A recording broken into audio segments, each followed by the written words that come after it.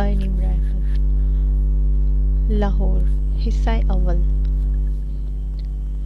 بس ایک کار کریش، کسی مرض کی تشخیص، ایک غیر متوقع فون کال، کوئی نیا دریافت شدہ عشق یا ایک ٹوٹا ہوا دل، بس اتنی سی دیر لگتی ہے ہمیں ایک بالکل مختلف انسان بننے میں۔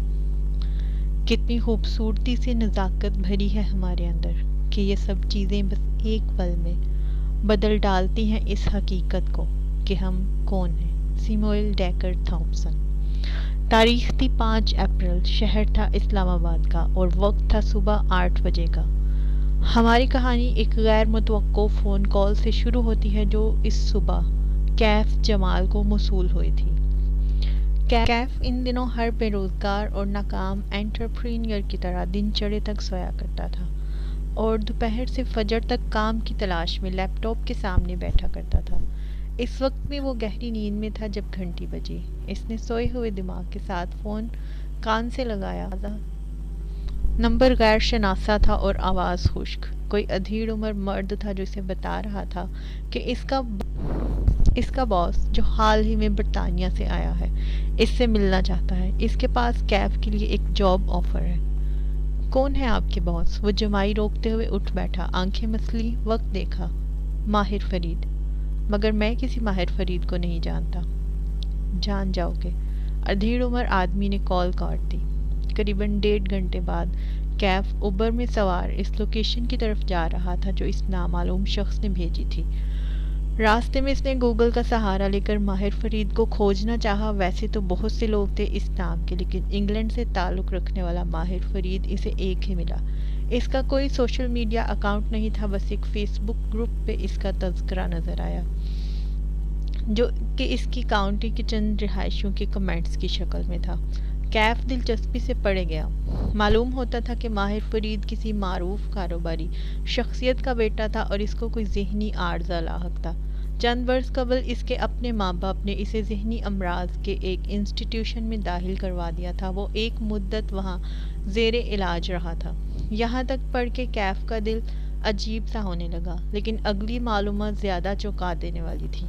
کسی نے گوسپ کے انداز میں لکھا تھا کہ جن دنوں ماہر زیر علاج تھا اس کے باپ نے ماہر کو اپنی جائیداد سے بے دخل کرنے کا اعلان کر دیا تھا اور وہ سب کچھ اپنی بیٹی کے نام چھوڑنا چاہتے تھے۔ ابھی وصیت کو قانونی شکل نہیں دی گئی تھی جب ایک کار کریش میں اس کے والد کا انتقال ہو گیا۔ ان کی وفات کے بعد ماہر کی ماں اور بہن ملک چھوڑ کے چلے گئے اور نہ جانے کیسے ماہر فرید کے ڈاکٹرز نے اسے کلیئر قرار دے کر ڈسچارج کر دیا۔